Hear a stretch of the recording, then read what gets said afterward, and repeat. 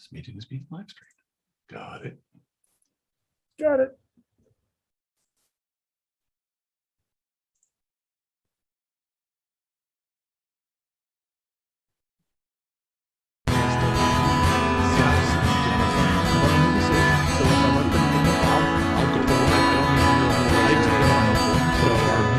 Yeah, well, you know, that's like just your opinion, man.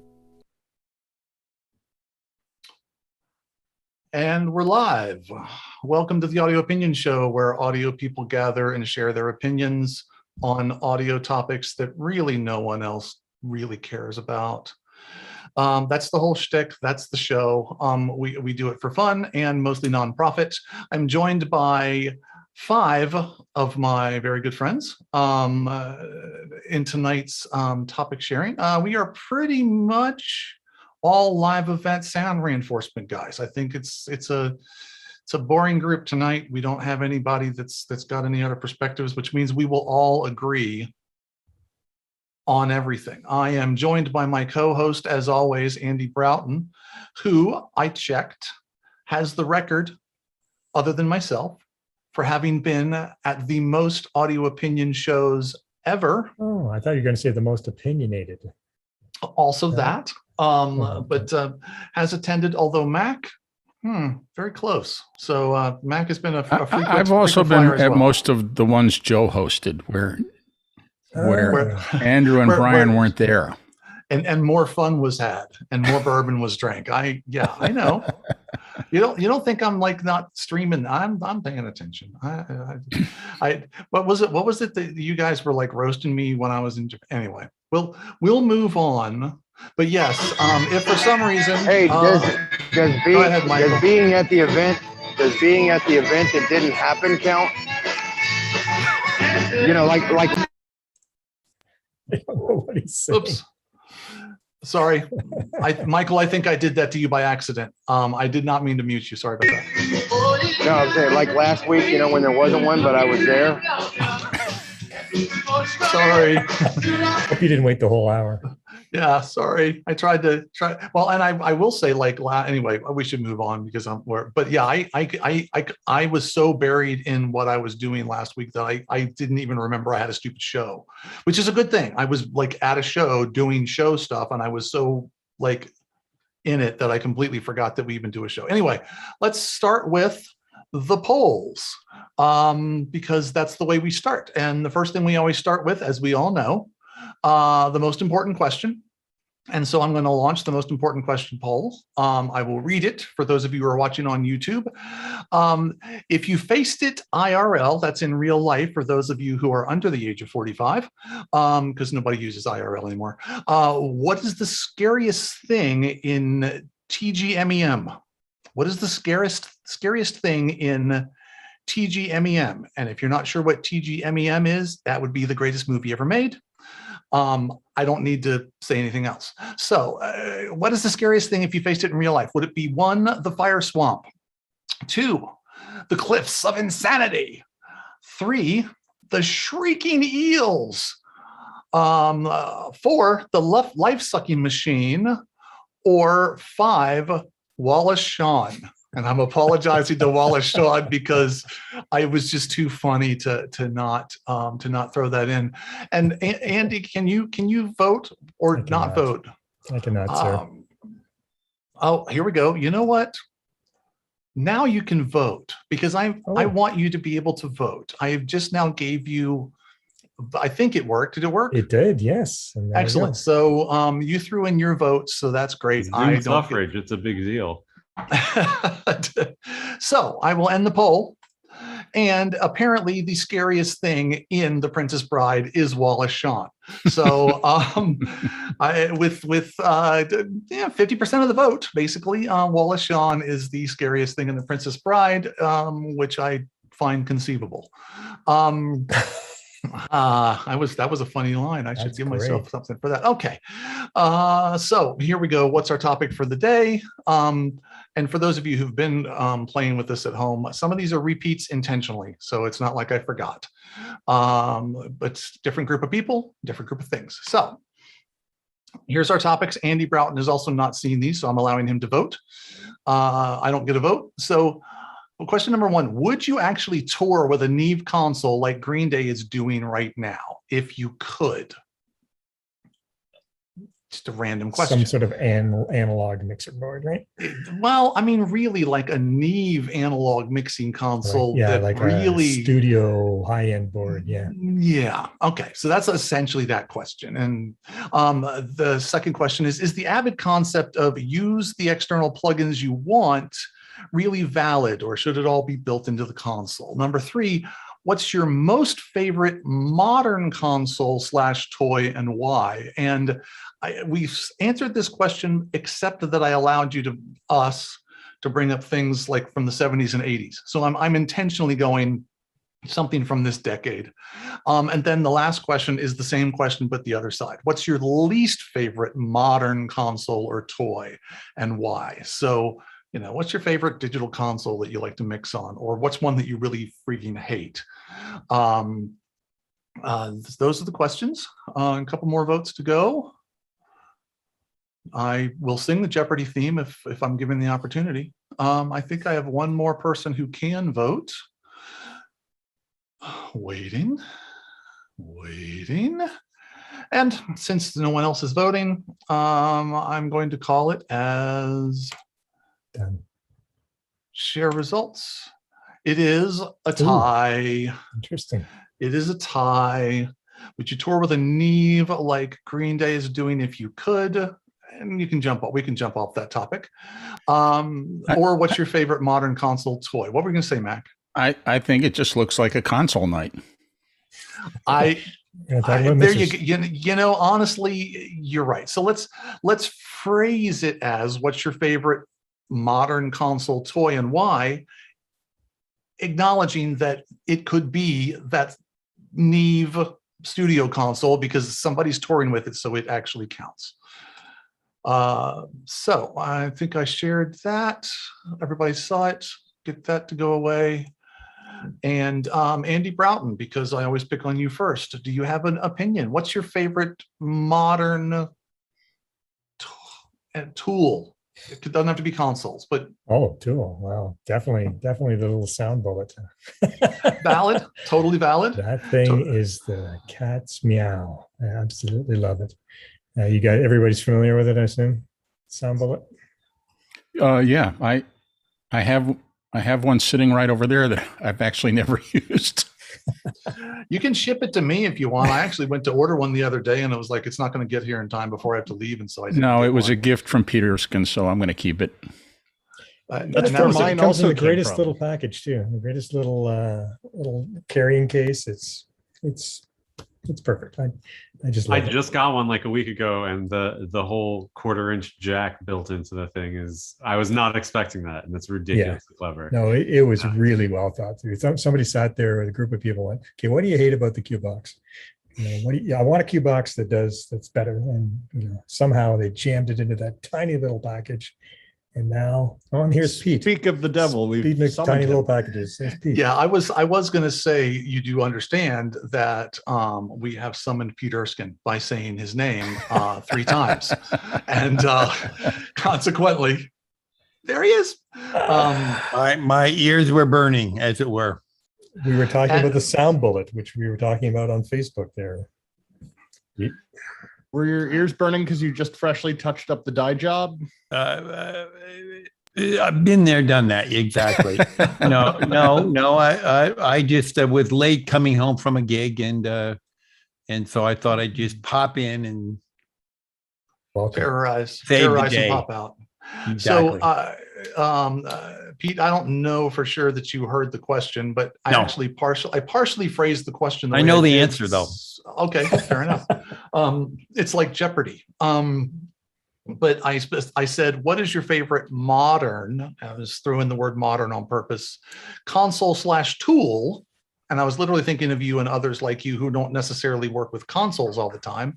Yeah, and I'm just as interested to think about tool. And it's funny because we've now been talking about this for 37 seconds, but no one has mentioned a console yet. Like everybody's like, oh, that little bullet thing is amazing. Like that's the coolest thing ever. It's like, S6L, whatever. You know, I I think my do, I favorite- do think SD, whatever. it's pretty cool. It's nice because you can have it in your pocket Yeah. all the on time. your belt. Yeah, on my belt. And whereas it's a little awkward to carry a cue box on your belt. Also, cue box doesn't plug in directly to whatever you're testing. So you can just pop it out, plug it in, done. I'm not so happy with the quality of the audio you're monitoring, or the fact that it has no metering in it. That's what I would love to see in their next version. But and it doesn't really do any good intercom testing, wet intercom. All the other hand, I can't remember what last time I've done wet intercom. So Yeah, that was kind of the point that I was thinking as soon as you said that, and when I've seen you even on, it was one of those. I hear you and I agree with you, and at the same time, like, Who yeah, cares? Like, yeah, this is thankfully an answer to a question that most of us don't have to ask anymore, and that's a good thing. And as I said on Facebook, Yeah, I thought 9 you times out of test 10. wet. I thought you tested wet intercom with an XLR barrel that had LEDs mounted in one end of it. That'll work. you never know. You never know. You know, I'm on a show right now where the entire intercom system is free speak. There is no wet intercom. There is no dry intercom. There are no panels. Just a couple of Riedel nodes, and some free speak, and 27 Unity users, and all around the world, and a really, really sort of strange. I'm using the Riedel just as a mixing engine for all these different things. There's 7 different universes within this show. So it's a totally different way of doing it. And I'm only thing I'm using on the Riedels are 7. I'm sorry. I have to do math in my head here. 40 analog ports. I wish they were Dante, but Riedel doesn't do Dante that anybody cares about. And so I was there late today, and I rushed in just to tell you all about the cute little thing I carry in my pocket. But it's very interesting that because I have noticed the same. Sorry, Andy, I just stepped on you. I've noticed the same sort of thing, which is I'm doing more and more small and mid-sized corporate gigs where they're just throwing free speak at everything.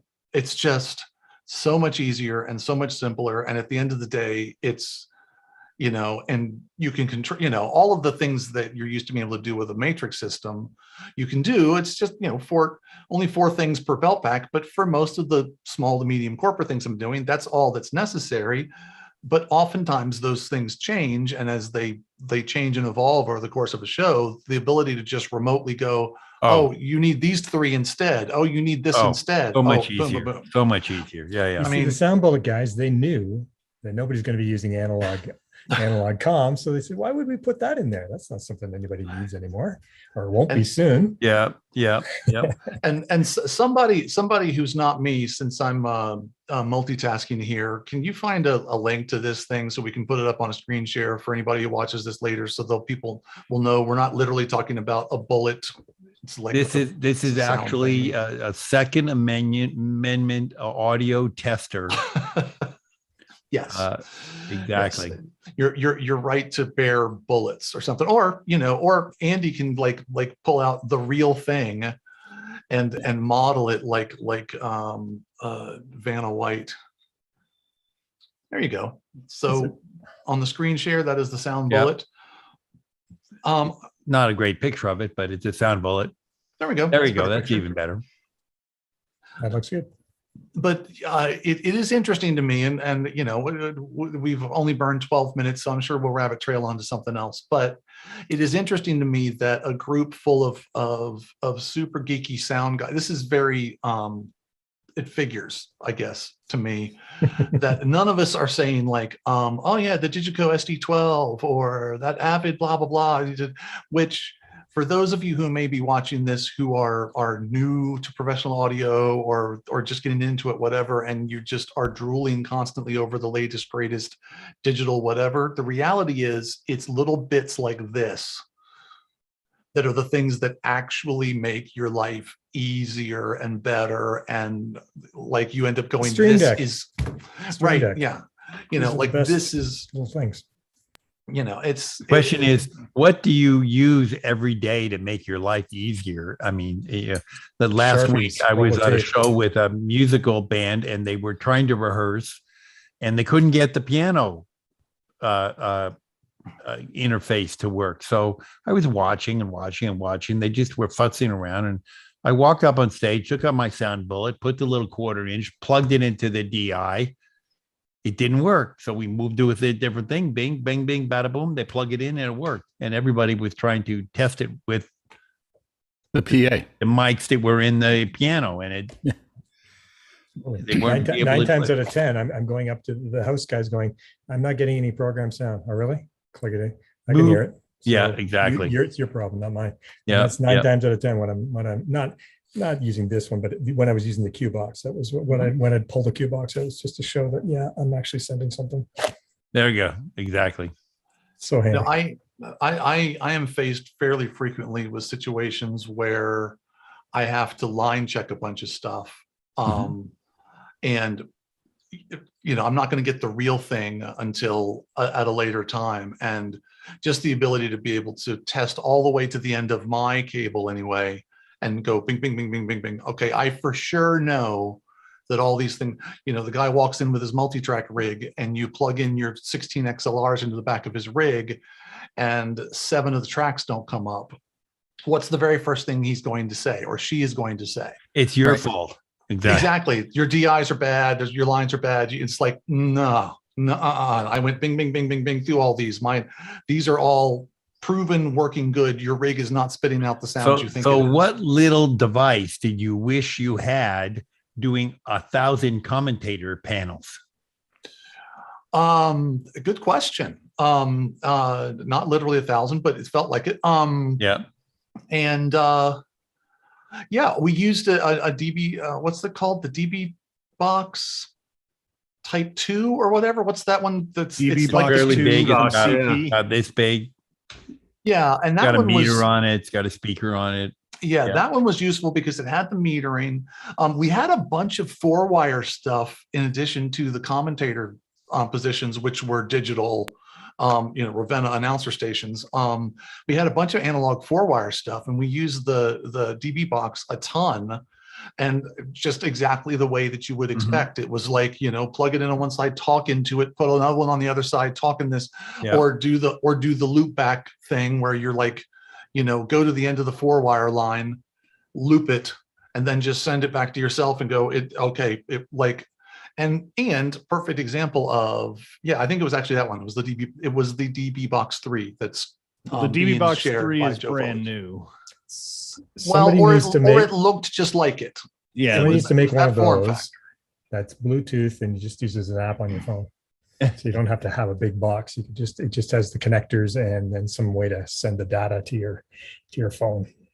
But yeah, the fact that this would do AES was also handy because we had some AES lines that needed to be sorted. And perhaps the most important thing, and that's a perfect segue from what I said before, Pete, which was we needed to have all the lines proven working 100%, so that when the broadcasters, the rights holders showed up and plugged their crap in and it didn't work, and they immediately called up and were like, "You're for," it's like, no. Did that ever happen? I can't imagine that ever happened. Yeah, Erskine's got jokes. That's great. Were you going to say something, Aram? Yeah, along the lines of the thing that connects to your phone and does things for you. One device that I found a while back that is super useful is called the POC Ethernet.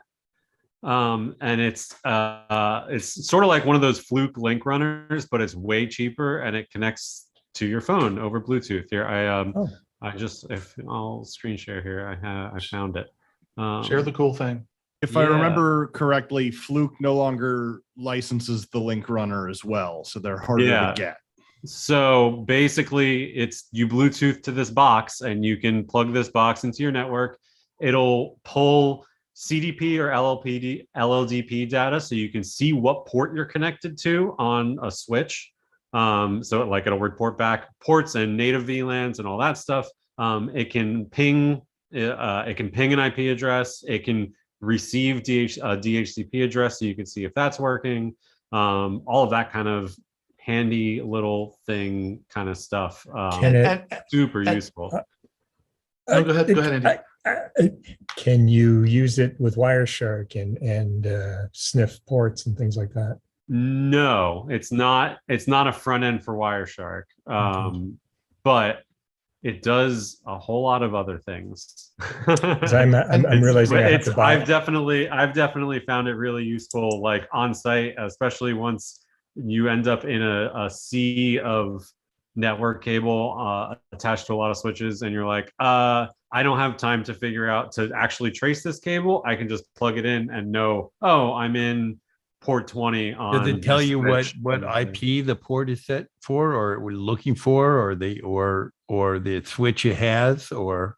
So it'll tell you if the switch is advertising itself, if Right. that's set up in your switch configuration, it'll report back the information that's being advertised, which can include the host name of the switch. And when I was working at IMS, we made all the host name of the switch, the barcode of the switch, Right. so that it was easy to identify, and then the port, and then the native VLAN if it's advertising that as well.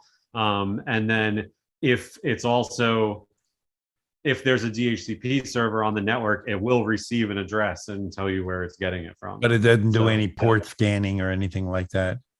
No, you can set it to ping. Like if you can type in, like, if there's an address you want to ping, you can make that one of the tests that you run. Essentially, you have Right. like a list of tests that you can run, and that's one of them. But yeah, it's the things that it does pretty well, which is cool. Does it, if it's not working, does it give Brian Maddox phone number as the person to call to fix it, or? I really, really hope it does, because I literally never answer my phone. So that would be like totally awesome, because I would just like look through voicemails and it would just be like, some random person in Indonesia who is telling me that they can't find the subnet on the whatever. And I would just be like, I'm so sorry for you. I feel your pain. And that Leave would a be it. message at the tone. We'll get back Leave to a you in message at the week. tone. Yeah, exactly. So yeah, if you want to invent that. So I do have an actual relevant question. I mean, it's a dumb question, but so basically the entire user interface for this device is on your phone. Mm-hmm. So all the cool stuff is that, so the, which I feel like there's a, I don't feel like we know this to be true. There's a huge, migration to, let's build a box and let's let something else be the control surface and display surface. It's the right way to do it nowadays. And many things that way. And then you can change it at will, and you can do whatever you want to. Mobile, I mean, desktop, doesn't matter at that point. So that's kind of brilliant. That is a super cool toy, Aram, and I would have never ever even thought to even look for it, much less find it. And yeah, there's more than a few times when I could definitely have used that. Ultimately, your smartphone will control you. Yeah, ultimately, already. Well, not that it doesn't do already, but I mean, it'll control you. You'll take a pill, and that little box will be in your head. So you want to feel better? Okay, feel better. Want to feel sad? Okay, feel sad. I am noticing that it's only available in Europe, so you have to get it shipped in. And it's not that much cheaper than the Link Sprinter or whatever. And it's not available until at least 2022. Oh, that's a bummer. It's I got this back in That's like not fair. 2018, I think. Early adopter. There was a bunch of stuff that it did that was the like basic Fluke at the time back in 2018 wouldn't do unless you were connected to the internet and had Fluke's cloud service stuff enabled. Because this is you can be totally offline and still do it. But yeah, if the availability isn't there anymore, then that's kind of I got to think that it's interesting to see how companies kind of rise and fall and fade into the distance, and including ones that make really useful things that eventually you can't get anymore. And the really crappy thing is there's going to come a point where that app doesn't get updated for iOS 74, and my cool device isn't useful anymore unless I pull out my, my iPod Touch 2. So You got to think that whatever it does, there must be an open source version of it somewhere for Raspberry someone else Pi. can copy it, I'm sure. There was a news article 2 days ago, I think. Roger J called me about a friend of mine from Canada, and he said, we did a play back in the New York Shakespeare Festival called The Happiness Cage, where they put electrodes in your head and they made you happy. Of course, in the play, they put the electrodes in a slightly wrong place and it made you depressed. But recently, they've put electrodes in addicts' heads and made them desperately not want to take their drugs. And 2 or 3 people have gone to several years with this experimental method, and they just feel a lot better. So I think that ultimately there's going to be a way to feel great. I also did a show live in an operating room where they put electrodes in a Parkinson's person's head who couldn't. He just was shaking all over the place, couldn't do anything. Put the electrodes in, they flipped the switch on. He stopped moving. He took out an iPad and he wrote a letter, a text to his family who was downstairs watching. And they flipped the switch and he was right back where he was before. So it was an amazing live operation with this guy. So I'm ready to have a pill in my head. Of course, with my luck, I'll just keep getting 404 page not found, but there you go. I will say it's like, it's kind of like a Twilight Zone episode, and they put electrodes in their head and everybody felt happy, but then everybody realized, but it's not real. I don't want this. It's the Matrix. And I'm kind of like, I'm okay. I'm okay with I'm happy all the time and it's not real. Like I can live with that. Like, okay. Like, just let me make the decision if at some point in the future I want to again experience unhappiness. No. It mandates you. Everybody has to have the thing. Oh, we're not going to use the M word. Okay, woman dates. Fair enough. So any other, aside from electrodes in your brain, which is Pete Erskine's vote, the little box that I already forgot what it's called that Aram just showed us, but I apparently don't have the memory electrode in my brain. Yeah, I want to make one of those. Yeah, which is why AV Trainer asked for us to put a link to it. Which there is a link. He's already bought one, I think. Excellent. So my question is it browser based or is it actually an app? It's an app. If they made it browser based, it'll never go out of date. Yeah, that's the way to do it. And but it connects over Bluetooth, so it was probably easier to do as an app at the time. Go ahead, Joe. That's the other thing with the Lynx printer is it has its own little Wi-Fi hotspot, which is nice that you can connect it to any device, but it's also a bummer when you're constantly flipping on and off of actual internet to join the Lynx printer. But it's interesting, that these little bits and bobs are the things that we care the most about. And I would say, how much would that box cost if they didn't actually use a smartphone for the graphic user interface, but would still have a graphic user interface that was more than 210 euros, a couple $1,000 easily. Yeah, exactly. I mean, Pete for sure knows because he's got all the stupid RF analyzers with the little styluses that cost bajillions of dollars. Yeah, those should go to browsers or to some sort of interface, so they don't need that part.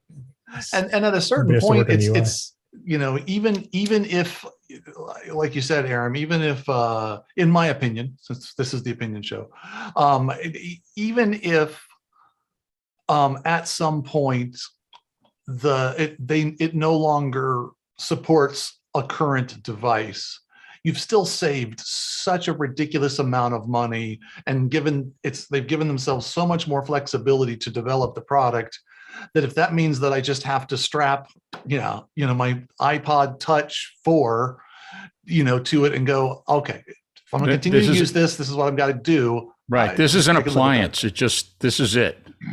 Right. It's this combo.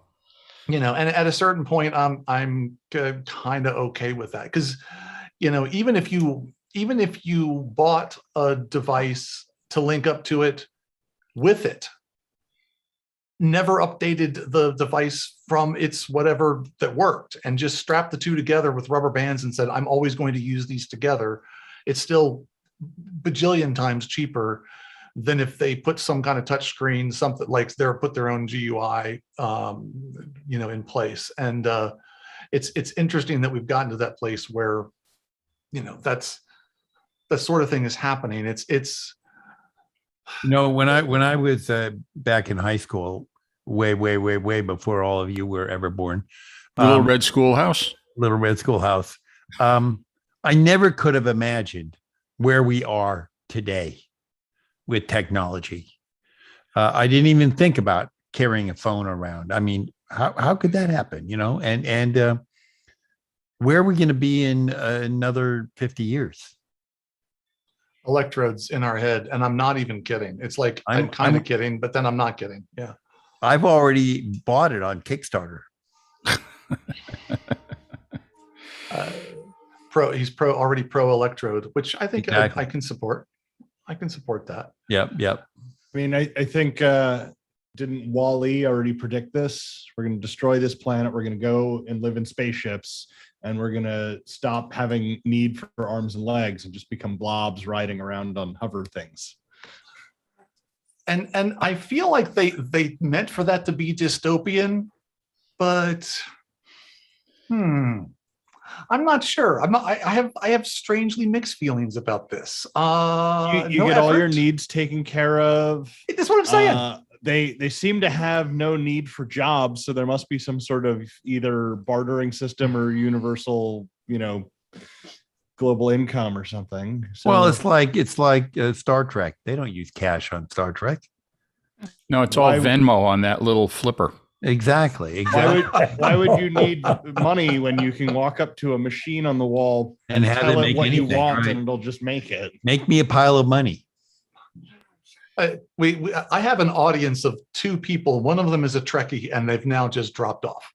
They're like, no, that's not how it works. You guys are wrong, and I'm not watching this crap anymore. We don't have Venmo in Star Trek. There's no money. They've moved past it. They're kind of an ideal socialist economy there. I'm sorry, you used two words together Liberals. that some people don't actually believe could coexist. So there you go. Exactly. So I don't want to be a downer. Go ahead. But I would not tour with the Neve console, which is great. It might be fun to do a theater gig with one, but I wouldn't tour with anything that was meant to be installed in a studio, that comes into a studio in little tiny pieces and gets built in place. Not a touring device. But currently, along the same theme, my favorite little electronic tool is the console I sit in front of almost every day, which is the SSL S300. And I don't know how to share a screen, so I suppose I can post a link. I can do that. Command copy. Go to chat. Type a message. Command V. There's an app for that. Yeah, I know. Probably. Yeah, look at that. And meanwhile, those kids today have gone ahead and posted it on screen share. But there you go. Yeah. See, I didn't realize you had the big Surface. The big Surface is I know. very I sexy. don't. Well, I know it's not the. I know it's not the biggest one, but it's. But there, it's, the little one that you see now. Yeah. That okay, one. So you have the smaller. I thought you said something about like there was some space considerations when Like they the 201. The one with two fader bays doesn't quite fit in the space. The space is what was left when we took out the DM2000, and that 32 fader console is like 4 inches bigger than a DM2000. But the 16 fader one is considerably smaller. At the risk of trying to keep us on brand, in your opinion, what makes that the ideal tool for what it is you're doing? I know you've mixed on a bunch of different other platforms. So what is it about the SSL that sets it apart for what you're doing? Well, we deal with a lot of different. I mean, that console is hooked up to 128 inputs. It's a mixture of mono and stereo inputs. I think there's 64 mono inputs and 32 stereo inputs. But you specify the console. You know, I could change that at any time. But it's I think it's 64 mono and 32 stereo, 4 stereo program buses, 24 mix minus buses, 8 stereo stems, 8 mono auxes and 8 stereo auxes. A lot of stuff, but you can't fit everything into 16 faders. There's just not enough room. So it has 4 layer buttons. So you get 4 layers. But then in addition to 4 layers, there are 15, I guess it's 4, they call it 4 pages maybe. But then there's 15 user layers, and each user layer gets 4 pages. So there are 60 pages of 16 faders. And only 4 at a time are super fast to get to, but what is really super fast is when you're in the middle of a show and they say, we got to do that playback off server 4 because server 3 has crashed and you only have server 3 on the surface. You go to a setup mode and you take server 3 and you throw it in the trash and you grab server 4 and you pull it down into that slot. You go back to the channel view and now server 4 is sitting where server 3 used to sit. And you go. It's amazing how fast you can fly stuff in and off of that surface.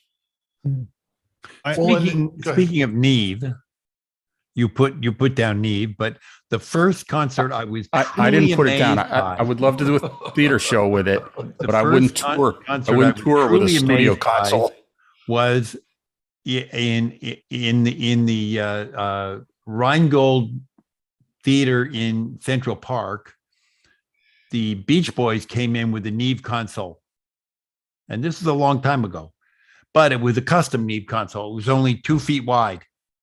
It was like maybe 12 of their modules from the big console. Mm-hmm. They walked in, they plopped it down the middle of the house. They had a tape reverb that does that reverb stuff.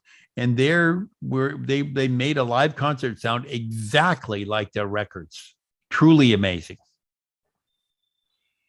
But it makes me wonder if that tape was only doing reverb. No, the tape was only 2 feet long, so it's one of those tape things that goes. But it was 2 inches wide. It was a 24-track loop. Well, but there would be people who would argue that all the Beach Boys songs sound the same. So all they had to do with one trick. Exactly. Yeah, exactly. And now I have to apologize to the Beach Boys. There's so many apologies that need to be made. All your Beach Boys. Yeah, dude, you just stepped on some toes you shouldn't have there, Brian. Damn it. I make a living with that one. Thank you. Fair enough. I heard that they were avid watchers of our program here. So yes, the Beach Boys. I think that's safe. I will say that I'm the system tech for Brian Wilson, dude. So there you go. There you go. We're so in his opinion, that's the way to go. There's so what you're saying is there's a snitch in the building. So yeah. So there you go. I will say that while I admire the chutzpah of taking out essentially a studio console, I mean, and some of this is because I'm now granted, I don't remember the front of house guy's name for Green Day. I don't know him personally, but he is a contemporary of me at least. So he's not, so he remembers these as well. But, we kind of did this whole song and dance with like old Harrison consoles, and even the early Gamble stuff was really, they were really studio strips that were, kind of adapted, and they tried to put them in a strong enough frame to make them live. And, we kind of did this whole thing where we took pretty fragile things and we stuck them in road cases and we bounced them around on a truck. And then somebody spent, the entirety of load in pulling modules out and trying to reseat ribbon connectors and trying to get things working again. And we kind of moved past that. And this particular Neve desk actually is traveling with its own air conditioner unit in order to keep it cool enough to do live sound. And I just, it's one of those things like, maybe if I could, I would. I don't want to, but at the same time, it just feels like. Does somebody have to mix next to a portable air conditioner? Yeah. That's not a quiet environment. Neither is a live concert festival. Yeah, true. Well, but at least It is the Green concert Day. is what you're supposed to be listening to. Except The audience, Mac. though. Yeah, the screaming fans. Yeah, it is Green Day. They're probably quite a bit louder than the AC, but it's just but your point is valid. It reminds me of the olden days. I was doing something in a hotel ballroom, which is what makes the story even crazier. And they decided to have lasers, and the laser guy shows up and he says, okay, I need 100 amps, 3-phase power and a water source. Right. And I need them right here. And a drain. Yeah. He And it's needed just a like, water source and he needed a drain.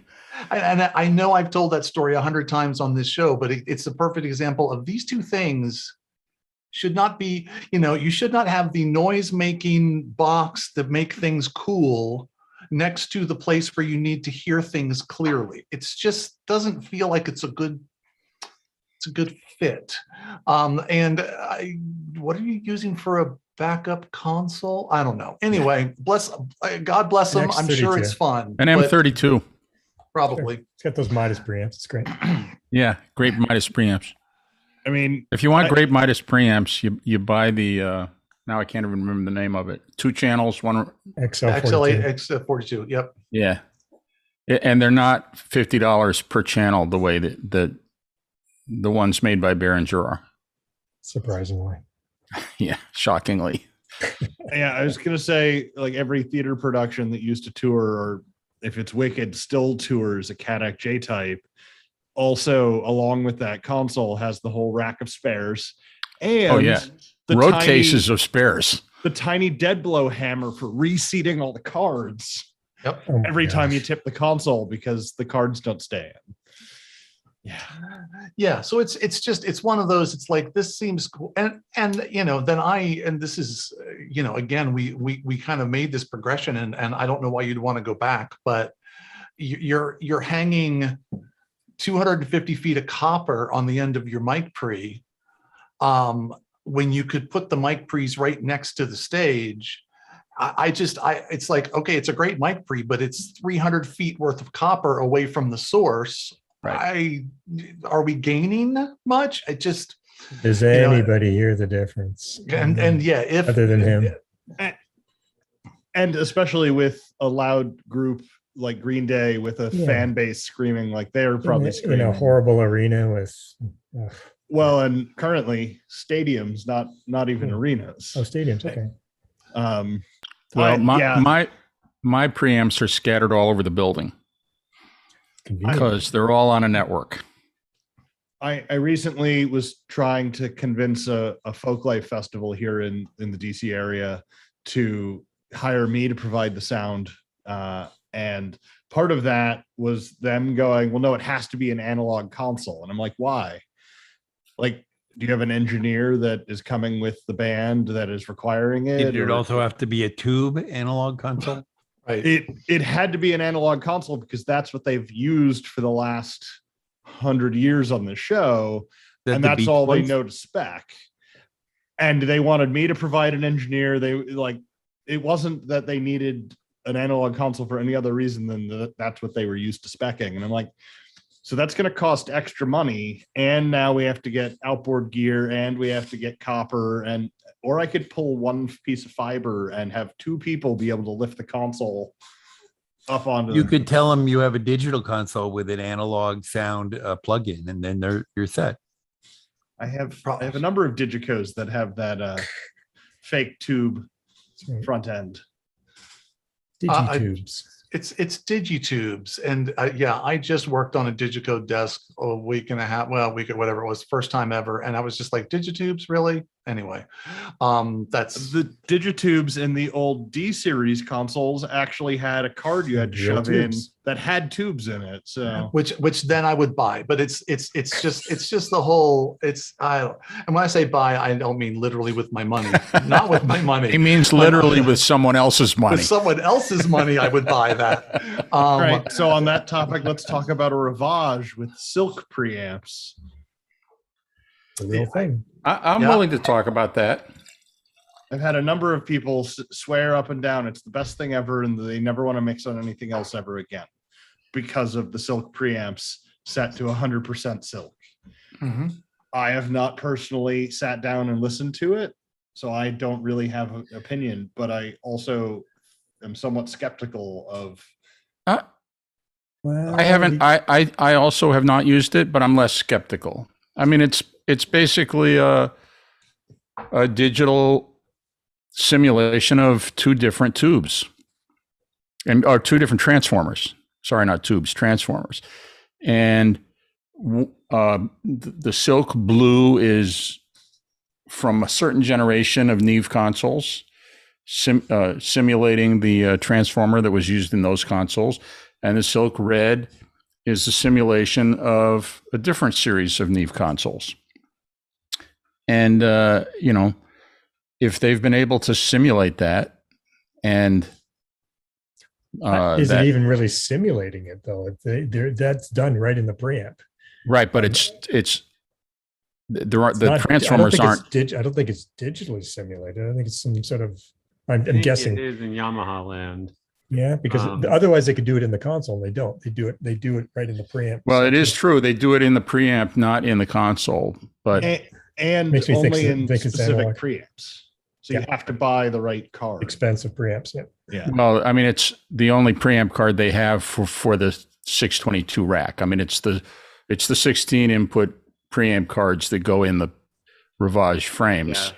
If you don't want that, just get a Rio. That's Right. Yeah, I mean, Rio you can DJ. hook a Rio up to Rivage, and you don't have that. I will say I've heard we have at work we have one of the Portico 2 master bus processors that has the red and blue silk on it, and you turn that knob, you hear it do its thing. And so I mean, it can be a very, very useful tool, and the idea of that built in to a whole lot of inputs is enticing. If it even works, 3/4 as well as the hardware does, which I would imagine, just based on the merits of dealing with that stuff, that it probably gets better than 75% of the way there.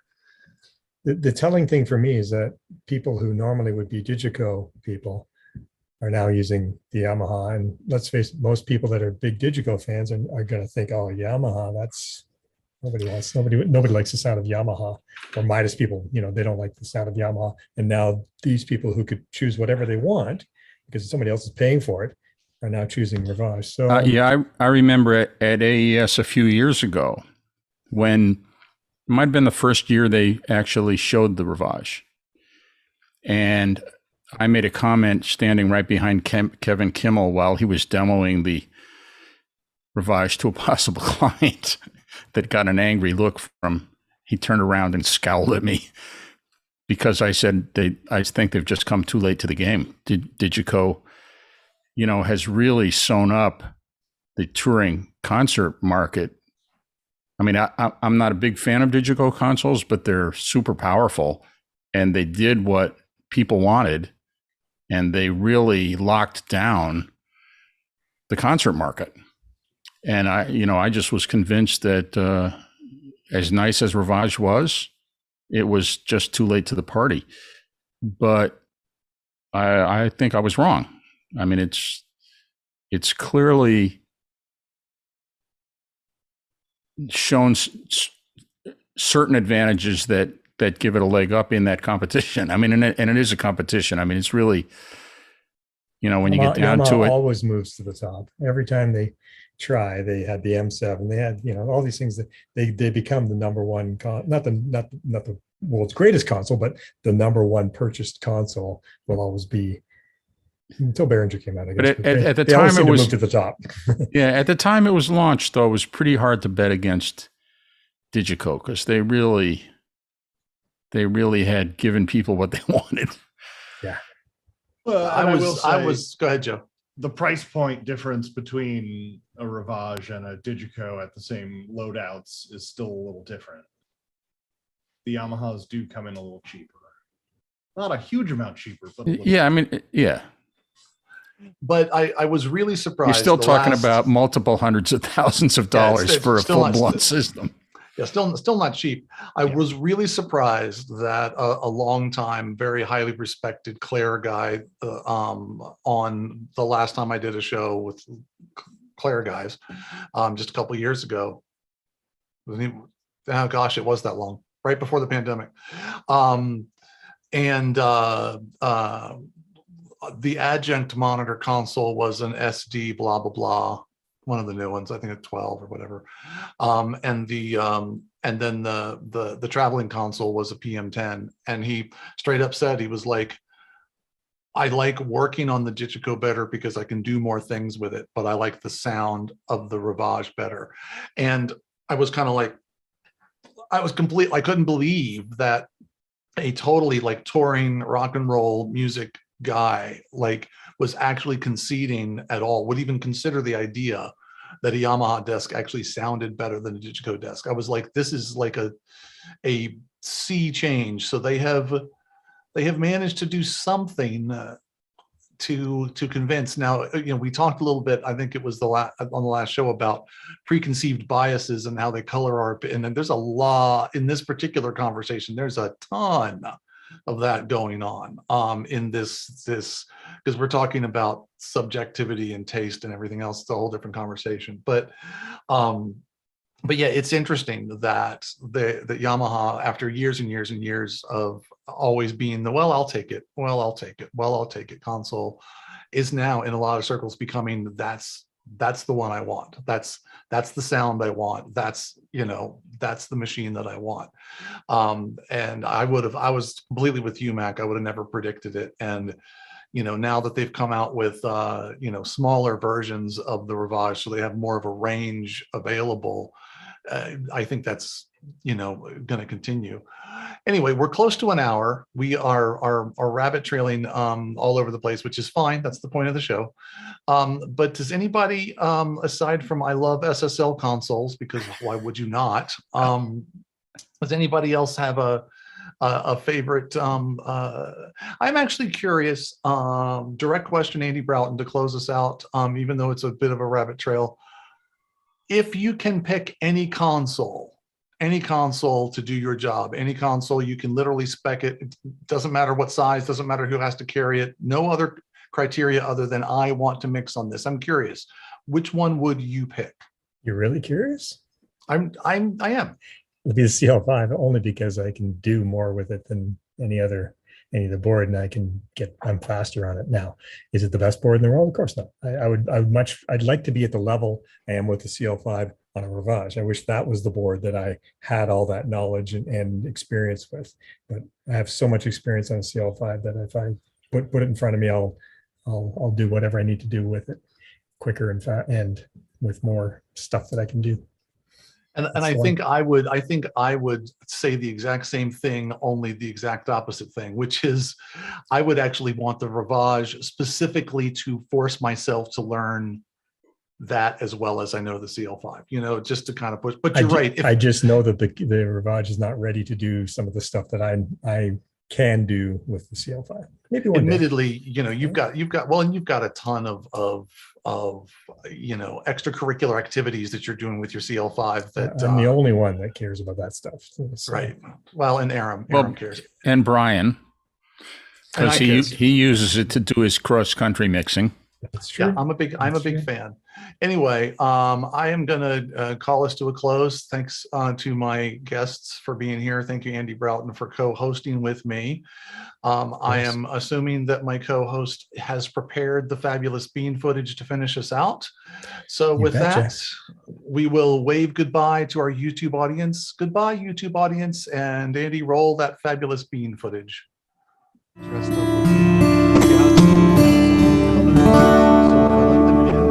I'll go for it. I don't need to hear a whole I've been on before. So Bye-bye, boys. Have fun storming the castle. Think it'll work? It'll take a miracle. Bye-bye. Bye-bye.